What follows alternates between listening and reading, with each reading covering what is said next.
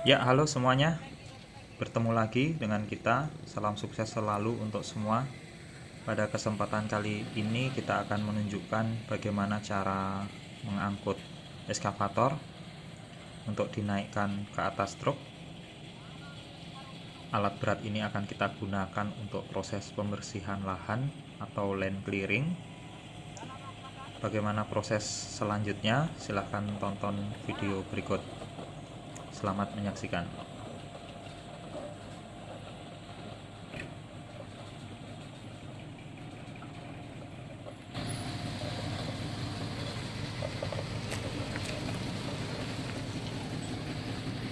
Kiri, kiri, kiri. Kiri, kiri.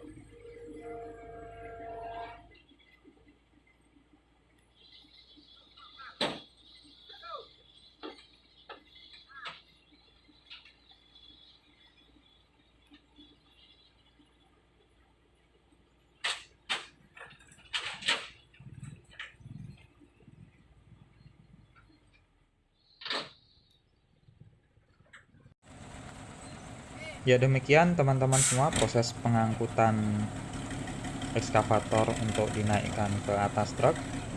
Ini akan kita bawa ke lokasi kebun. Sampai bertemu di video berikutnya.